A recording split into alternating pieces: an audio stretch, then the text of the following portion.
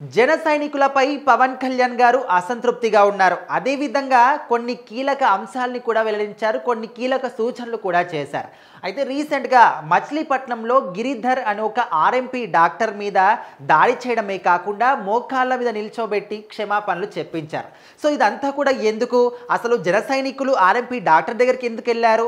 ఆయనతోని క్షమాపణలు ఎందుకు చెప్పించారు అనే దాని గురించి ఆలోచిస్తే పవన్ కళ్యాణ్ గారి గురించి చాలా మంది కూడా చాలా రకాలుగా దుర్భాషలాడుతూ ఉంటారు.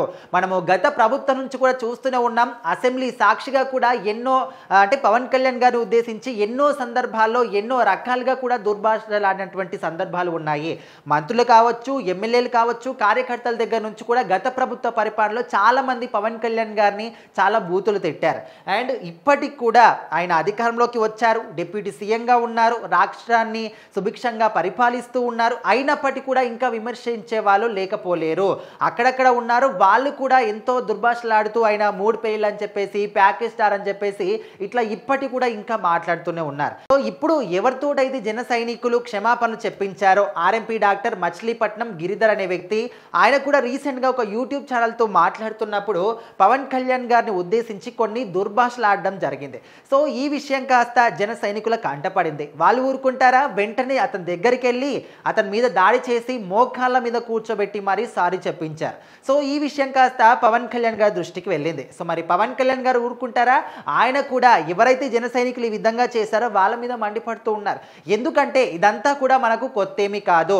చాలా సందర్భాల్లో అంటే సంవత్సరాల నుంచి కూడా గత 10 ఏళ్ల నుంచి కూడా నేను ఇలాంటివి చూస్తూనే ఉన్నాను. ఎంతో మంది నన్ను తిడుతూ ఉన్నారు, దుర్భాషలు ఆడుతూ ఉన్నారు. ఓకే, అదంతా కూడా మనకు అవసరం లేదు. రాష్ట్రం సుపరిపాలన మనకు కావాలి, రాష్ట్రం అభివృద్ధి మనకు కావాలి. సో అదే దిశగా మనకు ముందుకెళ్ళాలి. సో ఈ విధంగా మనం పర్ఫెక్ట్గా ముందుకు వెళ్తున్నాం కాబట్టి మధ్యలో వాటిని అడ్డుకోవడానికి చాలా మంది ట్రై చేస్తూ ఉన్నారు. వాళ్ళే ఇవన్నీ కూడా చేయిస్తూ ఉన్నారు. మనం చూస్తూనే ఉన్నాం. మనల్ని కావాలని రెచ్చగొట్టి మరి మనల్ని లాగడానికి ట్రై చేస్తూ ఉన్నారు.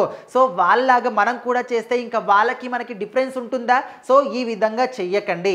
ఎవరైనా ఈ విధంగా మాట్లాడుతున్నారు అని చెప్పేసి మీ కంట్లో పడితే అప్పుడు చట్టం దృష్టికి తీసుకురండి తప్ప మీరే అందులోకి దూకి ఆ ఊబిలోకి దూకి మాత్రం చిక్కుకోవద్దు. అనవసరంగా ఈ విధంగా వాళ్ళని కొట్టవద్దు అని చెప్పేసి కూడా జన సైనికులకి పవన్ కళ్యాణ్ గారు సూచించారు. ఎందుకంటే మనం ఎన్ని చేసినా కూడా మనం రియాక్ట్ అవ్వట్లేదు. ఎక్కడ ఎంత వెతికినా కూడా చిన్న తప్పు కూడా దొరకట్లేదు. కాబట్టి ఏ చిన్న ఛాన్స్ దొరుకుతుందా అని చెప్పేసి వాళ్ళు గూతికాడి నక్కిలాగా వెయిట్ చేస్తూ ఉన్నారు. సో మరి అలాంటప్పుడు ఏదో ఒకటి మాట్లాడి, అసలు నిజంగా తనే మాట్లాడారా ఆర్ఎంపీ డాక్టర్? తనతో ఎవరైనా మాట్లాడించారా? ఎవరైనా సిద్ధం చేయించి మరి ఇదంతా కూడా చేయిస్తున్నారా? ఇదంతా కూడా మీరు ఆలోచించాలి. సో ఈ విధంగా చాలా మంది కూడా కొందరిని రెచ్చగొట్టి మాట్లాడించి వాళ్ళ ద్వారా మనల్ని రెచ్చగొట్టడానికి ట్రై చేస్తూ ఉన్నారు. సో ఎవరు కూడా వాటికి రియాక్ట్ అవ్వకండి. ఒకవేళ మీ దృష్టికి అవి వస్తే చట్టం దృష్టికి తీసుకురండి. చట్టం ఏం చేస్తుందో వాళ్ళు చూసుకుంటారు. సో మీరు మాత్రం చట్టాన్ని చేతిలోకి తీసుకొని ఈ విధంగా ఊబిలో చిక్కుకోకండి. వాళ్ళ బుద్ధి అంతా వాళ్ళు ఎప్పటికున్నా మారరు. వాళ్ళు అదే విధంగా చేస్తూ ఉంటారు. సో వాటికి మీరు రియాక్ట్ అయ్యి వాళ్ళకు మీకు డిఫరెన్స్ ఉంది లేదు అని చెప్పేసి మీరు మాత్రం చేసుకోకండి. ఖచ్చితంగా ఇక మీదట ఎవరు కూడా ఈ విధంగా చేయకండి అంటూ పవన్ కళ్యాణ్ గారు మాత్రం జన సైనికులకి దిశానిర్దేశం చేశారు.